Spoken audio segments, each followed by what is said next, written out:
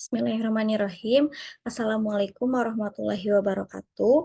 Perkenalkan, nama saya Naswa Syakila Amalia Burman dengan NIM 2132011025. Di sini saya akan mempresentasikan hasil pengerjaan PowerPoint saya mengenai perkembangan filsafat Pancasila untuk memenuhi tugas ujian akhir semester. Pengenalan tentang filsafat Pancasila. Filsafat Pancasila merupakan landasan negara dan ideologi yang melandasi negara Indonesia.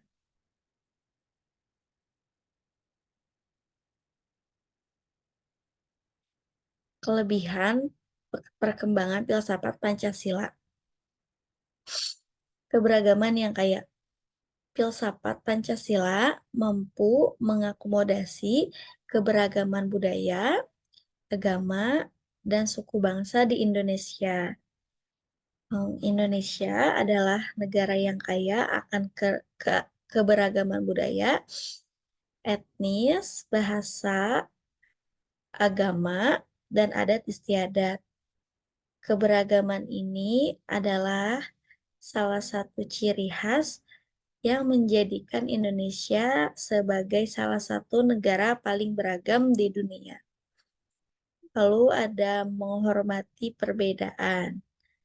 Prinsip-prinsipnya mendorong penghormatan terhadap perbedaan, memupuk semangat toleransi dan persatuan. Penghargaan terhadap perbedaan adalah sikap apresiatif terhadap perbedaan dalam hal agama, budaya, adat istiadat, suku bangsa, dan latar belakang lainnya.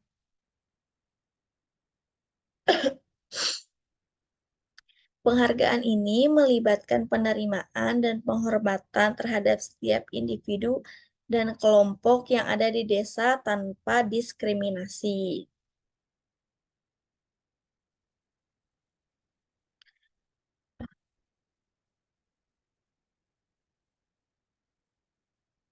Tokoh-tokoh penting dalam perkembangan filsafat Pancasila. Yang pertama ada Soekarno, yaitu pelopor Pancasila dan pendiri negara Indonesia yang pertama.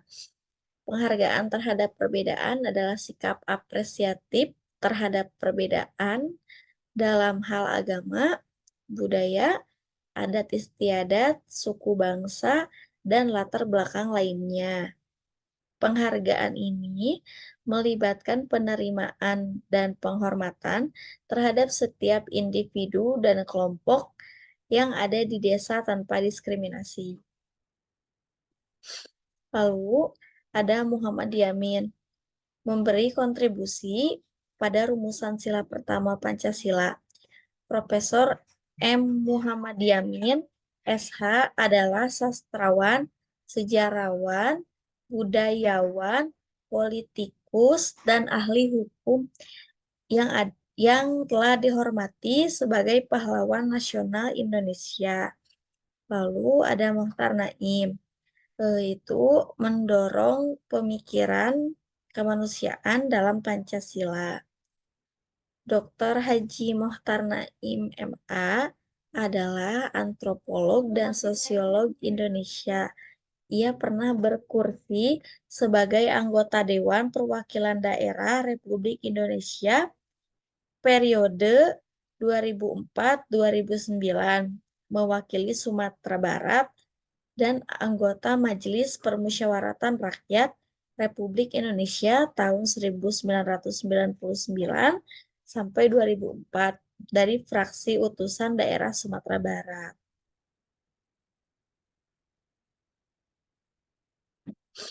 Soekarno dan Pancasila sebagai dasar negara. Yang pertama, pendiri negara Soekarno memperjuangkan keberadaan Pancasila sebagai dasar negara Indonesia. Yang kedua, konsensus nasional menjadi kesepakatan bersama bersama sebagai landasan negara. Muhammad Yamin dan konsep ketuhanan dalam Pancasila. Satu, pluralisme. Pancasila menganut keberagaman keyakinan dalam bingkai negara. Pluralisme adalah sikap dan keyakinan bahwa perbedaan dalam pandangan agama, kepercayaan, etnisitas, budaya, dan latar belakang sosial adalah eh, oh, salah, maaf. Latar belakang sosial adalah suatu yang bernilai dan penting dalam masyarakat. Pluralisme bukanlah sekedar pengakuan terhadap perbedaan, tetapi juga upaya untuk mempromosikan dialog, saling pengertian, dan kerjasama di antar kelompok-kelompok yang berbeda. Lalu yang kedua ada setara dan adil, yaitu menjaga hak setiap individu untuk berkeyakinan dan beribadah. Setara berarti kesamaan kondisi bagi kelompok masyarakat untuk kesempatan dan hak sebagai manusia agar mampu berperan dan berpartisipasi serta menikmati pembangunan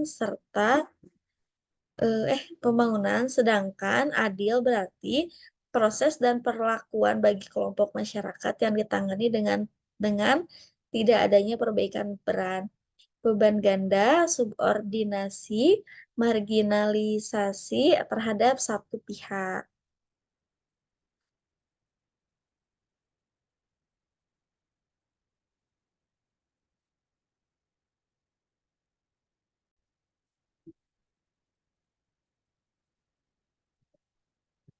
Mohtar Naim dan konsep kemanusiaan dalam Pancasila. Mohtar Naim adalah seorang tokoh pemikir Indonesia yang memberikan kontribusi dalam mengembangkan pemahaman terhadap Pancasila, terutama dalam konteks konsep kemanusiaan.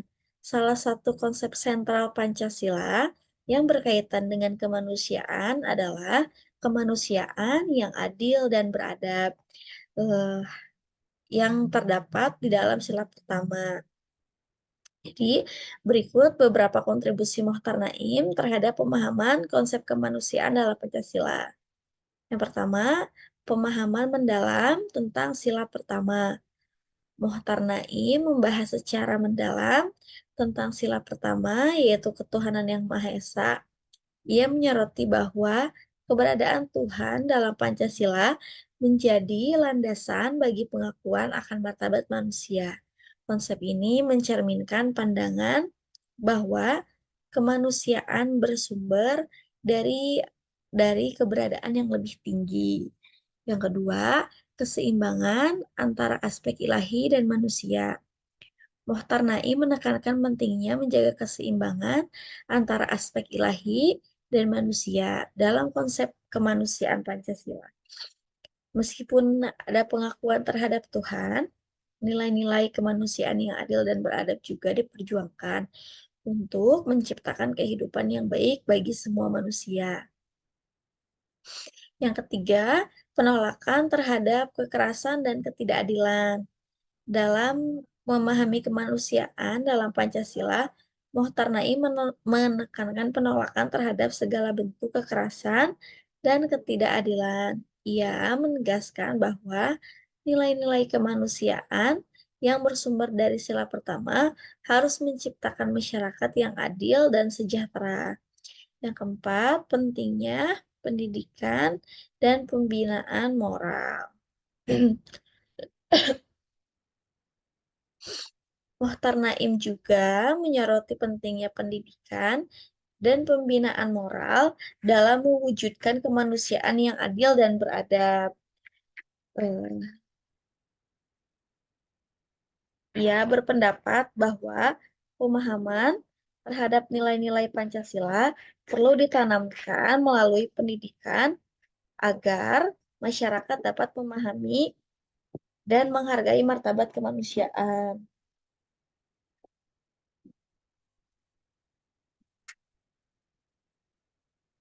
Melalui pandangannya, Mohtar Naim memberikan kontribusi untuk memperkaya pemahaman terhadap konsep kemanusiaan dalam Pancasila, menjadikannya lebih kontekstual dan relevan dalam konteks Indonesia. Ki Hajar Dewantara. Lalu ada Ki Hajar Dewantara dan konsep persatuan dalam Pancasila. Peran pendidikan. Pendidikan sebagai kunci persatuan bangsa. Pendidikan memiliki peran yang sangat penting untuk masa depan individu dan masyarakat. Selain memberikan pengetahuan dan keterampilan, pendidikan juga membantu dalam pembangunan karakter, peningkatan kesempatan kerja, pemberdayaan individu, dan menciptakan masyarakat yang lebih maju dan harmonis. Pemuda menanamkan semangat persatuan pada generasi muda.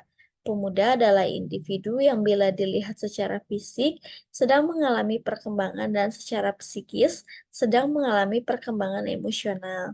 Sedangkan pemuda merupakan sumber daya manusia pembangunan baik saat ini maupun masa yang akan datang. Sebagai calon generasi yang akan datang menggantikan generasi sebelumnya. Lalu ada Amin Rais dan konsep kerakyatan dalam Pancasila. Persamaan hak dan kewajiban antara pemerintah rakyat. Hak asasi manusia adalah seperangkat hak yang melekat pada hakikat dan keberadaan manusia sebagai makhluk Tuhan yang Maha Esa, merupakan anugerahnya yang wajib dihormati, dijunjung tinggi, dan dilindungi oleh negara hukum, pemerintah, dan setiap warga demi kehormatan serta perlindungan harkat dan martabat manusia. Lalu ada keadilan sosial, yaitu menjaga kesejahteraan sosial bagi seluruh lapisan masyarakat.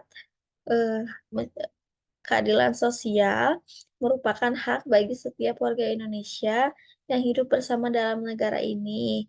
Perlakuan hukum tidak dibedakan antar golongan atas maupun golongan bawah. Semua berhak mendapatkan hukum yang setara sama yang lainnya.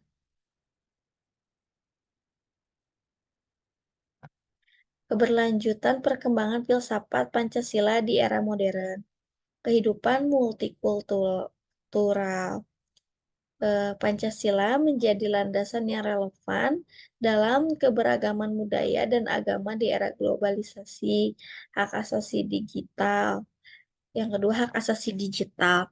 Penerapan nilai-nilai Pancasila dalam membangun era etika digital di era internet dan teknologi informasi.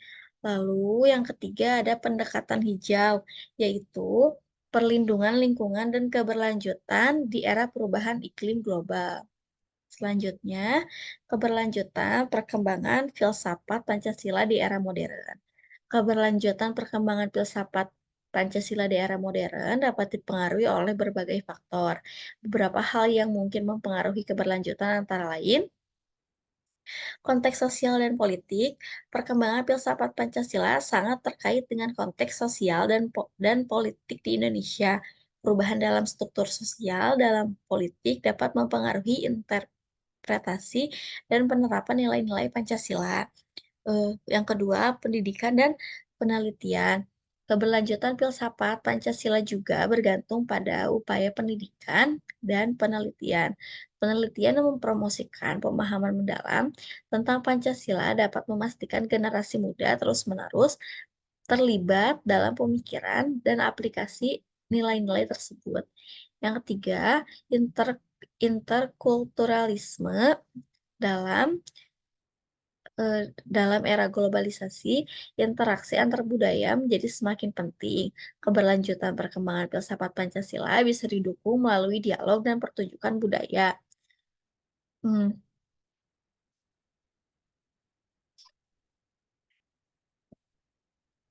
Penerapan yang dapat dipondasikan tersebut, adaptasi terhadap terhadap perubahan.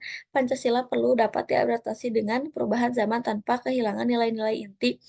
Filsafat ini harus tetap relevan dan dapat mengatasi tantangan-tantangan baru yang muncul dalam masyarakat modern. Keberlanjutan perkembangan filsafat Pancasila di era modern akan tergantung pada bagaimana pemerintah, lembaga pendidikan, masyarakat, dan pemikir filsafat secara bersama-sama bekerja untuk memastikan bahwa nilai-nilai Pancasila tetap hidup dan berkembang sesuai dengan kebutuhan zaman. Kesimpulan dan penutupnya, itu melihat masa depan. Pancasila terus berguna dalam menjaga persatuan, keberagaman, dan kesejahteraan bangsa di masa depan. Sekian presentasi dari saya. Mohon maaf bila ada kesalahan. Wassalamualaikum warahmatullahi wabarakatuh.